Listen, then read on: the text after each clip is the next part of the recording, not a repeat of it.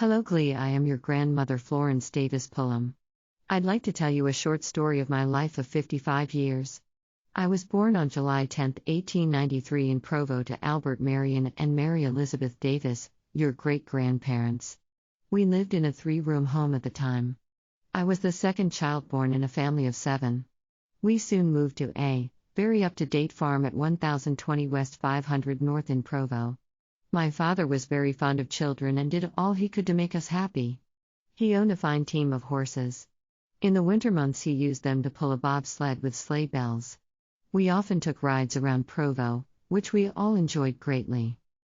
My father was a good friend of the Indians.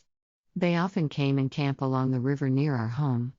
My father would feed their horses while they were there. He killed meat and traded it to them for blankets and other valuables. I often played with the little Indian girls. They called me Pasadee.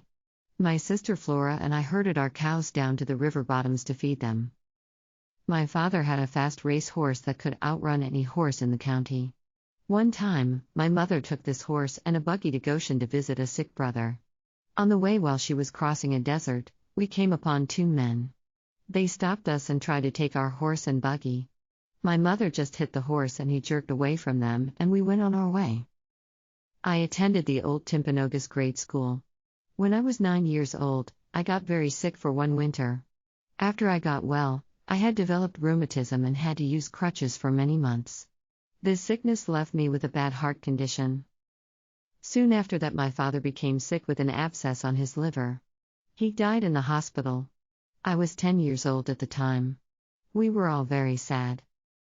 Mother and all my brothers and sisters had to work and earn money after our father died. We always picked fruit on the Orem bench to help buy clothes for myself and my sisters. A few years later, I had another sick spell for about 3 months.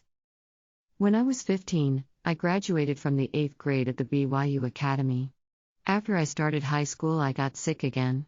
I quit school and never went back. I took sewing classes instead of going to school and became very skillful at sewing. I met Mont Pulham when I was 17. He was working as a house painter and paper hanger.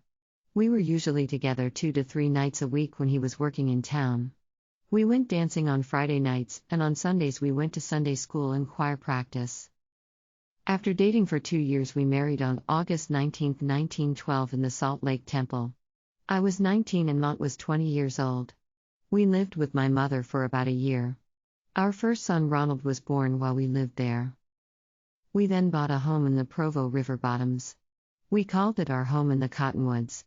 It was about 1,600 north in Provo. It was there our son Clive was born. We lived there for 2 years. Mont worked at the state asylum, the Provo Brickyard, and as a house painter. He was viciously attacked by an inmate while working at the asylum. Mont got lead poisoning from his painting work.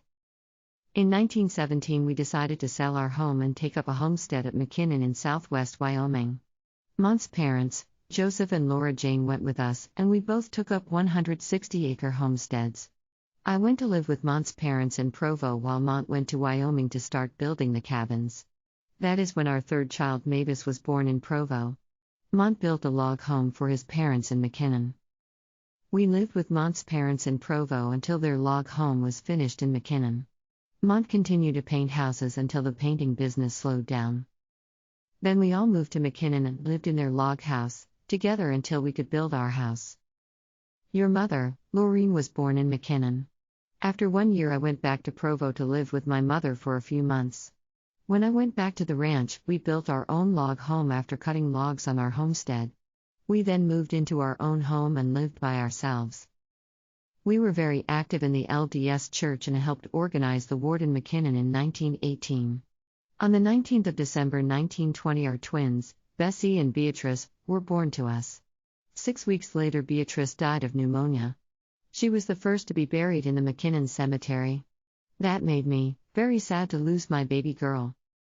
We lived in our log home for about 4 years. Mont built a granary up near his parents' cabin. We lived in the granary while we moved our home up by it. Mont then built on 2 rooms, making the home more comfortable for our family. My mother died on May 15, 1924 in Provo. I went to her funeral. While I was in Provo, Mont fell and hurt his leg badly. In 1925, I was set apart as primary president of the ward. In 1927, Mont's mother, Mary Jane, became very ill, so we took her to the Rock Springs Hospital. While she was in Rock Springs, Mont's father Joseph fell and broke his arm. I had to nurse him while Mary Jane was in the hospital for 5 weeks.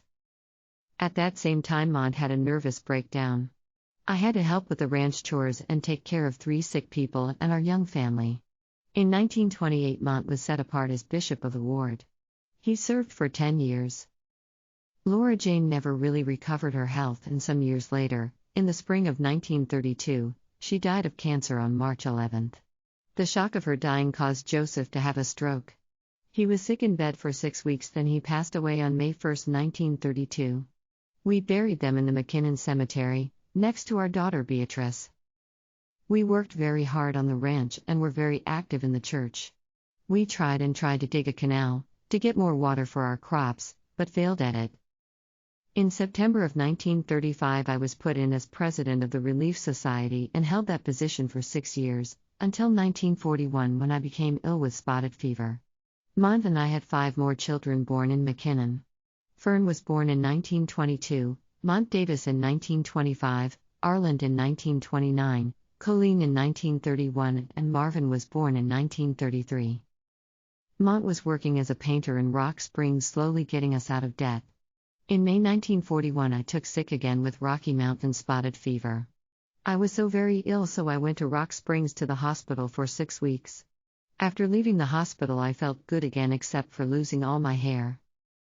I stayed at the ranch while Mont worked painting. This was very hard for me to do. We had a hard life in McKinnon. Without enough water and poor growing conditions, we just couldn't make it. Eventually, we decided to put the ranch up for sale and we all moved to Rock Springs. In the summers, I would take the kids back to the ranch and work it until we could sell it. While living in Rock Springs, I was set apart as a stake missionary. Finally, we found a buyer for the ranch, and in June of 1948, we sold it after living there for 31 years. I hadn't felt well during the spring of 1948. After we sold the ranch, I went to Salt Lake to see Dr. McFarland, who had been recommended by my doctor in Rock Springs. I found out from him that I had cancer. This was a very unhappy thing for me. I stayed in Salt Lake all summer except for 1 week I went to Rock Springs. My health gradually became worse, and on September 30, 1948, I died in the Holy Cross Hospital in Salt Lake City. I am buried in the Orem City Cemetery. Thanks for listening to my story, Clee. I love you very much and hope to be with you and your family in the hereafter. Your loving grandmother, Florence.